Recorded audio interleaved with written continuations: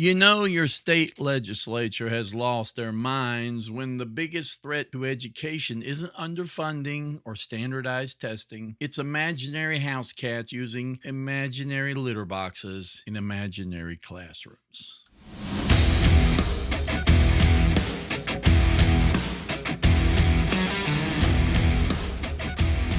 Welcome to the Logical Report with your host, the man who's been banned from 3 Texas PTA meetings for asking too many logical questions, Sir Geo. Today's episode, Texas versus Tabby. The Tabby that wasn't there. Yes, Texas Republicans have introduced the Furries Act. It's an actual bill to ban litter boxes in public schools. They are something else, aren't they? Let me say that again with the seriousness it deserves. They're actually passing legislation to outlaw something that does not exist. Apparently, someone in a school board meeting once misheard John's transitioning as Johnny's a tabby now. And we've been on a downhill conspiracy slip and slide ever since. The Furries Act is the legislative equivalent of chasing a laser pointer on the wall and then declaring war on red dots. They're spending taxpayer time and money to make sure that not a single high school chemistry lab turns into a cat cafe. Meanwhile, Texas classrooms are crumbling. Teachers are quitting in droves. Students can't afford lunch. And sure, let's all go on fighting Narnia cosplay. Let me break it down for you. There has never been a confirmed report of any school in the United States installing litter boxes for students who identify as animals. That's the only thing schools in Texas is full of bullshit. But this is what happens when your political strategy is just Mad Libs with moral panic.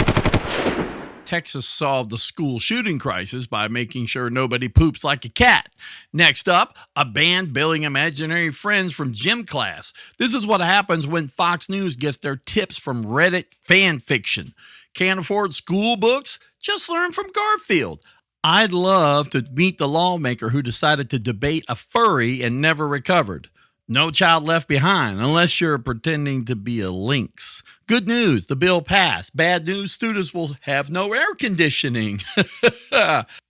Imagine being allergic to facts and passing a law to ban them. Schools asked for mental health support.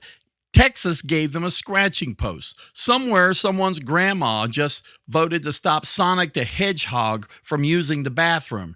Next bill, outlawing rainbows because they're too suspicious.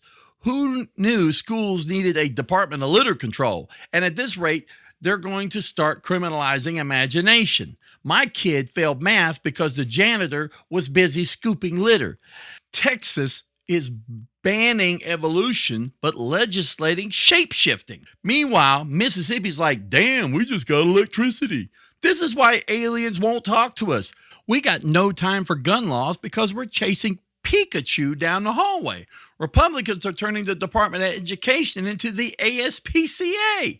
If your child says they're a tiger, they probably just hate Jim. The Furries Act sounds like an off-brand Avengers signal. You know, it's a sequel. You know what's worse than a furry in a classroom? A lawmaker in a cult. They'd rather ban cats than fund counselors. This isn't policy.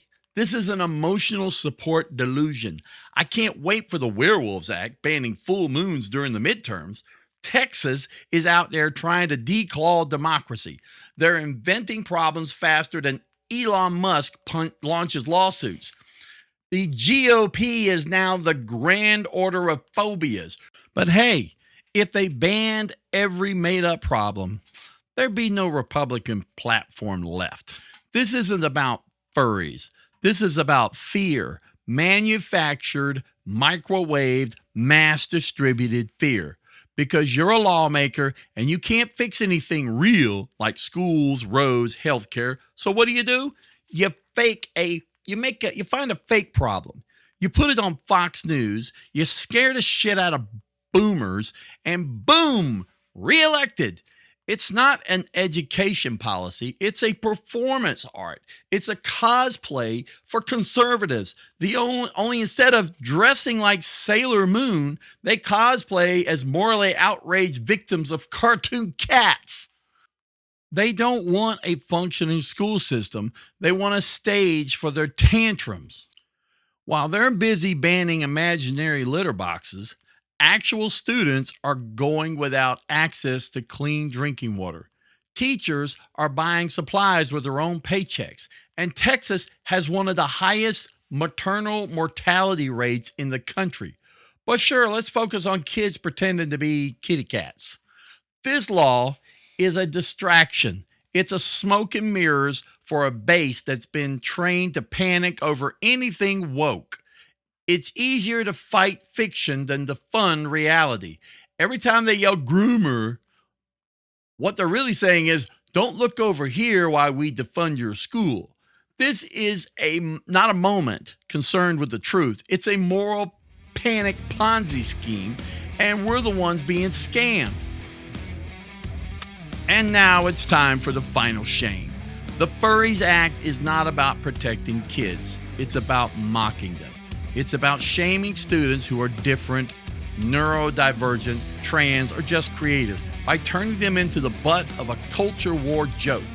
It's about humiliating educators who already have the hardest job in America by accusing them of running a fantasy petting zoo.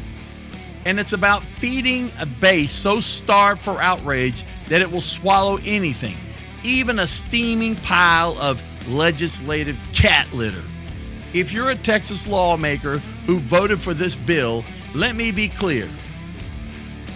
You didn't save kids, you embarrassed them. You took the trust of a classroom and turned it into a punchline. You took the power of the law and used it to bully ghosts. And in doing so, you proved one thing. You're not afraid of furries, you're afraid of facts. And that, my friends, is the final shame. You've been listening to The Logic Report with Sergio, where we don't chase tail, we chase truth. Like, share, and follow, unless you're a Texas legislature, in which case I recommend therapy instead. See you next time, assuming they don't ban microphones for sounding too liberal.